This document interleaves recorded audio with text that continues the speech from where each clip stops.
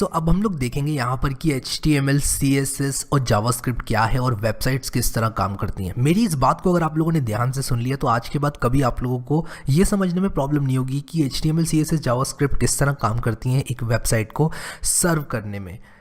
अब यहाँ पर अगर आप लोग आए हैं, ये कोर्स देख रहे हैं और आप लोग वेबसाइट बनाना सीखना चाहते हैं तो आप लोगों को ये तो मालूम होगा कि किसी भी एक वेबसाइट को बनाने के लिए HTML जो है वो ज़रूरी है। अगर आप एक वेबसाइट बनाना चाहते हैं तो ये मस्ट है, इसके बिना काम नहीं चलेगा। लेकिन ये और ये भी उतनी ही ज़रूरी हैं। और CSS और जावास्क्रिप्ट क्या करती हैं?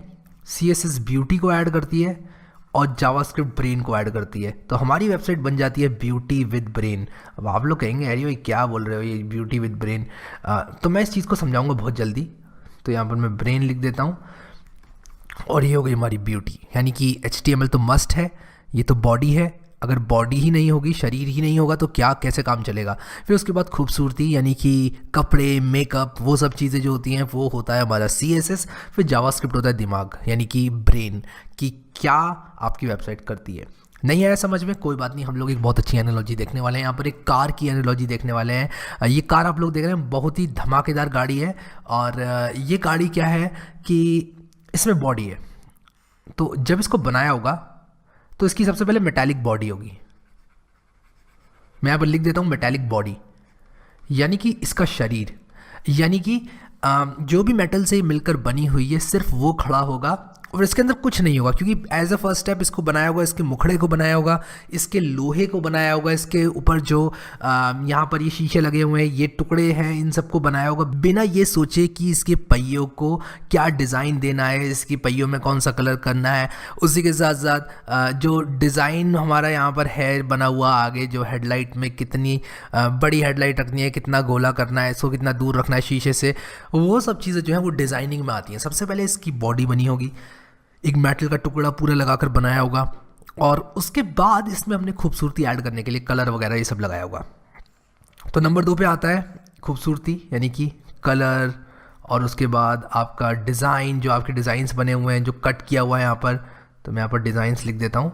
और उसी के साथ साथ यहाँ पर आपका ये जो व्हील है, इसमें ये जो डिज़ाइन बना हुआ है इस तरह से, जो एक्सटर्नल यहाँ पर मेटल वगैरह लगाया हुआ है, जो भी लगाया हुआ है, एलॉय व्हील्स वगैरह दिए हुए हैं वो सब, तो वो सारी चीज़ें यहाँ पर आ जाती हैं।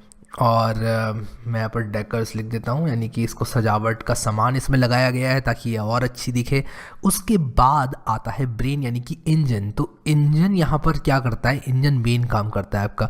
अब जो engine along with accelerator, brake और क्लच, यानी कि ये सब चीज़ें जो होती हैं वो क्या करती हैं, वो बताती हैं एक वेबसाइट को कि किस तरह चलना है। यहाँ पर वेबसाइट गाड़ी है तो एक गाड़ी को वो बताती हैं कि किस तरह चलना है। बिल्कुल उसी तरह वेबसाइट के अंदर मेटालिक बॉडी है HTML, और ये जो डिज़ाइन है मेरा, कलर वगैरह, ये है मेरी CSS। तो यहाँ पर मैं CSS लिख देता हूँ। और उसके बाद यहाँ पर मेरा जो इंजन है वो है मेरी जावास्क्रिप्ट जो कि ब्रेन है। तो आशा करता हूँ कि एनालॉजी आप लोगों को अच्छी लगी होगी, समझ में आ गया होगा कि किस तरह HTML, CSS और जावास्क्रिप्ट कंट्रीब्यूट करती है। लेकिन सिर्फ इस चीज़ को समझना काफ़ी नहीं है कि किस तरह से एक वेबसाइट में HTML, CSS और जावास्क्रिप्ट का रोल अदा किया जाता है। यहाँ पर मैं आप लोगों को बताना चाहूँगा कि एक वेबसाइट काम किस तरह करती है। अब देखो यहाँ पर क्या है, आप लोग देख रहे हैं एक वेब सर्वर, और ये डायग्राम बिगिनर्स को थोड़ा डरावना भी लग सकता है। ये एक वेब सर्वर है, ये एक कंप्यूटर है, ये आप हैं, ये क्लाइंट है, ठीक है। तो क्लाइंट ने क्या किया? क्लाइंट ने अपने उबंटू या फिर विंडोज़ या फिर जो भी उसके पास ऑपरेटिंग सिस्टम है, उस कंप्यूटर में उसने एक रिक्वेस्ट भेजी। वो रिक्वेस्ट कुछ इस तरह से दिखाई दे सकती है, www.codewithharry.com। तो www.codewithharry.com, ठीक है। उसने कह दिया कि जी देखो मुझे codewithharry.com दे दो। अब क्या है कि जो codewithharry.com है वो codewithharry के सर्वर पर रखी हुई है, या फिर कोई भी वेबसाइट google.com है वो गूगल के सर्वर पर रखी हुई है, जिसका अपना एक IP एड्रेस होता है। तो ये जो सर्वर है इसका अपना एक IP एड्रेस होता है, और इस IP एड्रेस पर ये जो वेबसाइट है ये खड़ी हुई है, इसकी फाइल्स रखी हुई हैं, इसका बैकएंड रखा हुआ है। अब बैकएंड किसी भी चीज़ में हो सकता है, बैकएंड आपका PHP में हो सकता है। मैं यहाँ पर ज़्यादा कंफ्यूज नहीं करना चाहूँगा आप लोगों को। बैकएंड आपका पाइथन में हो सकता है, बैकएंड आपका Node.js हो सकता है, और बिल्कुल भी मैं आपसे एक्सपेक्ट नहीं करूँगा आपको ये सब मालूम हो कि क्या है। हो सकता है आपने इनका नाम भी नहीं सुना होगा। बस इतना समझना है आपको कि ये कुछ बैकएंड्स के नाम मैंने लिखे हैं, और ये बैकएंड क्या करते हैं ये भी बताता हूँ। ये बैकएंड कुछ प्रोसेसिंग करते हैं, कुछ कंप्यूटेशन करते हैं, और कंप्यूटेशन का रिजल्ट क्या होता है? कंप्यूटेशन का रिजल्ट होता है HTML, CSS और जावास्क्रिप्ट। अब ये जो HTML होता है ये मेन बॉडी होती है, इसके अंदर, इसी के अंदर रखा जाता है CSS और जावास्क्रिप्ट को। किस तरह रखा जाता है ये हम आगे बात करेंगे, लेकिन एक लिफाफा समझ लो HTML को, एक बॉडी समझ लो, और इस लिफाफे के अंदर ही डाल के भेजा जाता है CSS और जावास्क्रिप्ट को रैप करके। यानी कि एक बंडल जाता है जिसकी बॉडी HTML होती है, और उस बॉडी के अंदर ही कहीं ना कहीं CSS और जावास्क्रिप्ट होती है। इस शरीर को भेजा जाता है एज अ रिस्पॉन्स। किस रिक्वेस्ट का रिस्पॉन्स? codewithharry.com। ये जो आपने कहा कि मुझे codewithharry.com दे दो, इसका रिस्पॉन्स यहाँ पर आपके सर्वर ने दिया कि ले लो, ये 3 चीज़ें ले लो। तो ये आपका रिस्पॉन्स आपके वेब सर्वर ने दिया। जिस तरह आप लोग खाना खाने के लिए जाते हैं रेस्टोरेंट में, वहाँ पर आप लोग बोलते हैं कि मुझे एक पनीर बटर मसाला दे दो। क्या होता है उसका रिस्पॉन्स? उसका रिस्पॉन्स ये होता है कि ये लो पनीर बटर मसाला ले लो, खा लो। और रोटी आप मंगाते हैं तो रोटी भी मिल जाती है आपको, आपकी टेबल पे आ जाती है। लेकिन अगर आप लोगों ने आलू गोभी कहा होता तो शायद आपको कुछ और मिलता, आपको पनीर बटर मसाला नहीं मिलता।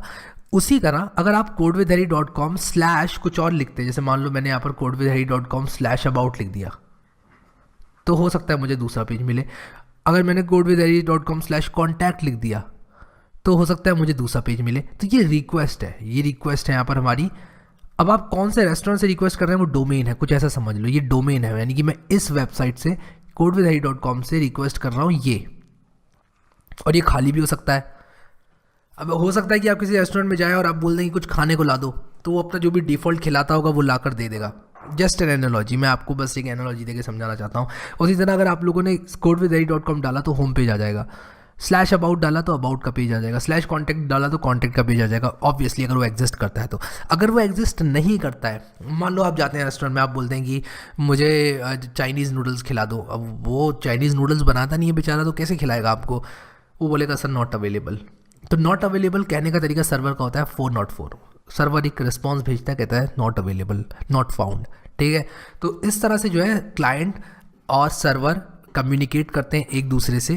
क्लाइंट भेजता है सर्वर को रिक्वेस्ट, और सर्वर कुछ प्रोसेसिंग करके इनमें से किसी भी एक प्रोग्रामिंग लैंग्वेज का यूज़ करके, किसी भी एक बैकएंड का यूज़ करके वो अपना एक फ्रंट एंड भेजने के लिए तैयार करता है। किसको? क्लाइंट को। तो बैकएंड क्या करता है? ये 3 चीज़ें तैयार करता है, HTML, CSS और जावास्क्रिप्ट।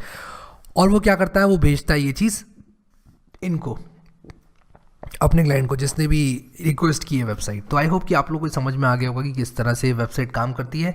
एक बार और फटाक से बताता हूँ कि यहाँ पर एक कंप्यूटर था, यहाँ पर वो क्लाइंट था जिसका ये कंप्यूटर है, उसने बोला codewithharry.com के सर्वर पर गई रिक्वेस्ट, सर्वर ने प्रोसेसिंग करी।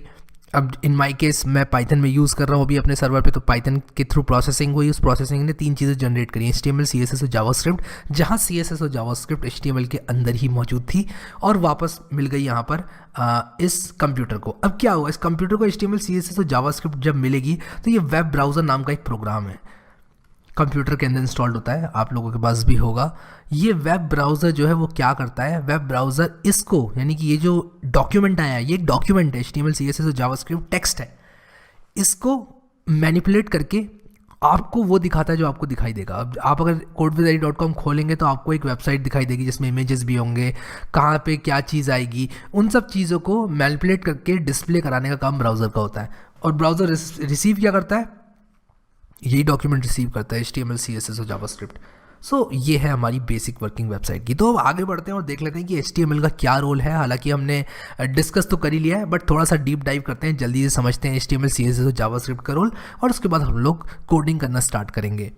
HTML की बात कर लेते हैं यहाँ पर। HTML की फुल फॉर्म होती है हाइपर टेक्स्ट मार्कअप लैंग्वेज, और ये एक स्टैंडर्ड है, यानी कि बहुत सारे लोगों ने एग्री किया है कि भाई HTML को यूज़ करेंगे वेबसाइट बनाने के लिए, सब लोग HTML यूज़ करना, और सारे ब्राउज़र्स भी जो लोग बनाते हैं वो भी इसी को डिस्प्ले कराएंगे। तो एक स्टैंडर्ड बना दिया, ये एक वेल स्टैंडर्डाइज सिस्टम है। और ये जैसे कि मैंने आप लोगों को बताया बॉडी होती है वेबसाइट की, ये एक स्टैंडर्ड मार्कअप लैंग्वेज है। इस बात का मतलब यही हुआ कि सारे लोग इसी को यूज़ करेंगे, कोई अपनी नई लैंग्वेज इंट्रोड्यूस नहीं कर सकता, और जो वेब ब्राउज़र्स हैं उनको भी इसी के साथ एडहेयर करना पड़ेगा। अब यहाँ पर HTML सिर्फ बॉडी होती है, सिर्फ मुखड़ा होता है, यानी कि अगर इंसान की बात करूँ तो सिर्फ स्केलेटन हड्डियों के साथ, ठीक है। तो अगर स्केलेटन की बात की जाए, मेरी ड्राइंग उतनी अच्छी बन नहीं रही है, बट आप बस यहाँ पर समझ लो स्केलेटन है ये। और यहाँ पर मैंने बहुत अच्छा स्केलेटन नहीं बनाया है, लेकिन जो HTML होता है वो एक स्केलेटन ही होता है, ठीक है। और यहाँ पर ये हड्डियाँ हो जाएंगी स्केलेटन की, और ये रिब केज, एनीवेज छोड़ देता हूँ उसको। ये जो स्केलेटन बनाया है ये सिर्फ मुखड़ा है वेबसाइट का, जो कि HTML रिप्रेजेंट करता है। अब अगर मैं आगे बढ़ूँ, CSS के अंदर आ जाऊँ, तो CSS क्या करता है, डिज़ाइन देता है स्केलेटन को। जो स्केलेटन होता है हमारा, उसके अंदर जो स्किन है, स्किन का कलर है, बाल हैं, कपड़े हैं, जिसकी वजह से इंसान अच्छे लगते हैं, वो हमारी CSS है। तो जो कैस्केडिंग स्टाइल शीट्स होती है वो एक स्टाइल शीट लैंग्वेज है, जो कि आपके वेब पेज की, यानी कि जो HTML बॉडी आपने बनाई थी उसकी प्रेजेंटेशन को अच्छा करती है। कौन से एलिमेंट का क्या कलर होना चाहिए, कौन से एलिमेंट का क्या बैकग्राउंड कलर होना चाहिए, कौन सा एलिमेंट लेफ्ट में फ्लोट करेगा, कौन सा एलिमेंट जो है वो टॉप में जाएगा, कौन सा एलिमेंट अपने अंदर कितनी दूरी रखेगा, कितनी मार्जिन रखेगा, कितनी पैडिंग रखेगा, उसका बॉर्डर का कलर क्या होगा, ये सारी चीज़ें CSS तय करता है। और हम देखेंगे आगे इसको किस तरह यूज़ करना है, और ये हमारी वेबसाइट को ब्यूटीफुल और मॉडर्न लुकिंग बनाता है। तो जितने भी एनिमेशंस वगैरह और ये सब चीज़ें आप देखते हैं, ये CSS की मदद से ही आप लोग अचीव कर पाते हैं। अब आ जाते हैं जल्दी से जावास्क्रिप्ट की तरफ, बिना ज़्यादा टाइम को वेस्ट करते हुए। और जावास्क्रिप्ट होती है ब्रेन, यानी कि दिमाग। जो आपका वेबसाइट है उसकी जो ब्रेन है, जो उसकी सोचने की एबिलिटी है, वो कहलाती है जावास्क्रिप्ट। जैसे कि एक इंसान है, अगर वो वाइज डिसीजंस ले रहा है तो वो जावास्क्रिप्ट की वजह से ही वाइज डिसीजंस ले पा रहा है। तो मान लो एक इंसान कह रहा है लेट्स गो देयर, तो वो सोच पा रहा है, यानी कि वो जावास्क्रिप्ट है। अब मैंने आपको इंसान के टर्म्स में HTML और CSS तो बता दी। HTML बॉडी है, और जो CSS है वो उसका जो डिज़ाइन है, उसके लुक्स हैं, वो है। जावास्क्रिप्ट उसका दिमाग है, उसका ब्रेन है, कि कहाँ जाना है, कब जाना है, कैसे जाना है, वो सारी चीज़ें जिस तरह से वो डिसाइड करता है वो है, ठीक है। बढ़िया। अब यहाँ पर हम लोग क्या करेंगे, जो जावास्क्रिप्ट है उसको सीखेंगे सही से। और जावास्क्रिप्ट में आप लोगों को बताना चाहता हूँ कि अगर आप घुसेंगे जावास्क्रिप्ट के अंदर तो एक बहुत बड़ी लैंग्वेज है और आप लोगों को थोड़ी मुश्किल पड़ेगी। तो मैं आप लोगों को यही सजेस्ट करूँगा कि जैसे जैसे आप जा रहे हैं HTML CSS जावास्क्रिप्ट के अंदर, आपने अगर HTML सीख ली तो ऐसा नहीं है कि आपको HTML 100% सीखनी है। और मैं इस बात को अभी पूरा करूँगा, आधी बात मत सुनना मेरी। और जावास्क्रिप्ट, मान लो आपने HTML सीख ली, मैं कहूँगा आप HTML अगर आपने 80% भी सीख ली तो दैट इज़ इनफ। CSS अगर आपने 40 to 60% भी सीख ली, दैट इज़ इनफ। मैं बिगिनर्स की बात कर रहा हूँ, जब आप स्टार्ट कर रहे हैं तब। और जावास्क्रिप्ट आप लोगों ने 50 to 70% सीख ली तो भी दैट इज़ इनफ। और उसके बाद बाकी जो आप सीखेंगे वो आप अपनी प्रैक्टिस से सीखेंगे, वेबसाइट्स बनाकर सीखेंगे। कभी ऐसा मत करना, एक सबसे बड़ी गलती जो बिगिनर्स करते हैं, आप HTML को लेके बैठ गए, आपने पूरा 1-1.5 साल का टाइम बर्बाद कर दिया। आपने कहा मैं HTML परफेक्ट करूँगा। आप CSS को लेके बैठ गए, आप पूरी सब कुछ सारी की सारी प्रॉपर्टीज़ याद करने लग गए और उसको लेके बैठ गए, और आपने जावास्क्रिप्ट को छुआ भी नहीं, आपको पता भी नहीं है जावास्क्रिप्ट के जे में क्या होता है और एस में क्या होता है, कैसे किस तरह ये सब चीज़ें काम करती हैं। जावास्क्रिप्ट की स्पेलिंग नहीं मालूम आप लोगों को। ऐसा नहीं करना है। ऐसा करेंगे तो आप काफ़ी टाइम खो बैठेंगे और बिल्कुल भी आप रिलेट नहीं कर पाएंगे कि इन तीनों को किस तरह एक साथ यूज़ करना है। अगर आप लोग रिलेट करना चाहते हैं और समझना चाहते हैं चीज़ों को सही से, तो इन तीनों को साइमल्टेनियसली पढ़ना है और वेबसाइट्स बना कर सीखना है। और वही मैं इस कोर्स के थ्रू आप लोगों को सिखाने वाला हूँ। तो ये जो जावास्क्रिप्ट है वो एक high level dynamic interpreted programming language है। और डायनामिक का मतलब मैं आगे बताऊंगा आप लोगों को, अभी आप इसको छोड़ दो। और ये क्लाइंट साइड स्क्रिप्टिंग लैंग्वेज है, ये बहुत इंपॉर्टेंट है।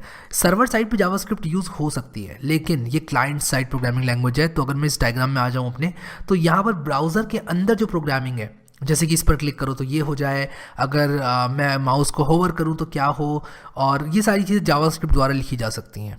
अगर मैं किसी एलिमेंट पे क्लिक करूँ तो एक नई विंडो खुले, किसी एलिमेंट पे अगर मैं क्लिक करूँ तो एक फॉर्म सबमिट हो जाए, वो सारी चीज़ें जावास्क्रिप्ट के थ्रू अचीव की जाती हैं। तो आप लॉजिक लिख सकते हैं, आप लॉजिक लिख सकते हैं, जैसे आप कन्वर्ट कर सकते हैं किलोमीटर्स को माइल्स में, आप किलोग्राम्स को ग्राम्स में, पाउंड्स में कन्वर्ट कर सकते हैं। वो सारी चीज़ें आप जावास्क्रिप्ट की मदद से कर सकते हैं। और आपके जो HTML के टैग्स हैं उसके अंदर के डेटा को आप चेंज कर सकते हैं जावास्क्रिप्ट की मदद से। देखेंगे आगे किस तरह करना है ये सब चीज़ें। और यहाँ पर जो आपकी क्लाइंट साइड स्क्रिप्टिंग है वो करने में जावास्क्रिप्ट मदद करता है। वो कि आप लोगों को HTML CSS और जावास्क्रिप्ट का रोल समझ में आ गया होगा वेब डेवलपमेंट में।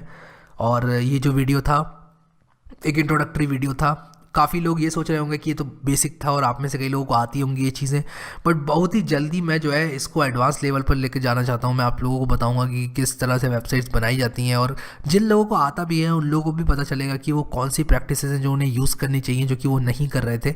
तो बने रहना आप लोग इस वीडियो में मेरे साथ और इस सीरीज़ में मेरे साथ, और प्लेलिस्ट को ज़रूर से एक्सेस कर लेना अगर आप लोगों ने अभी तक प्लेलिस्ट को एक्सेस नहीं किया है। ये मेरी हम्बल रिक्वेस्ट है आप लोगों से।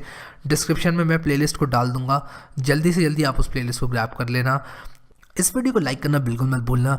अभी के लिए इस वीडियो में इतना ही guys. Thank you so much guys for watching this video and I will see you next time.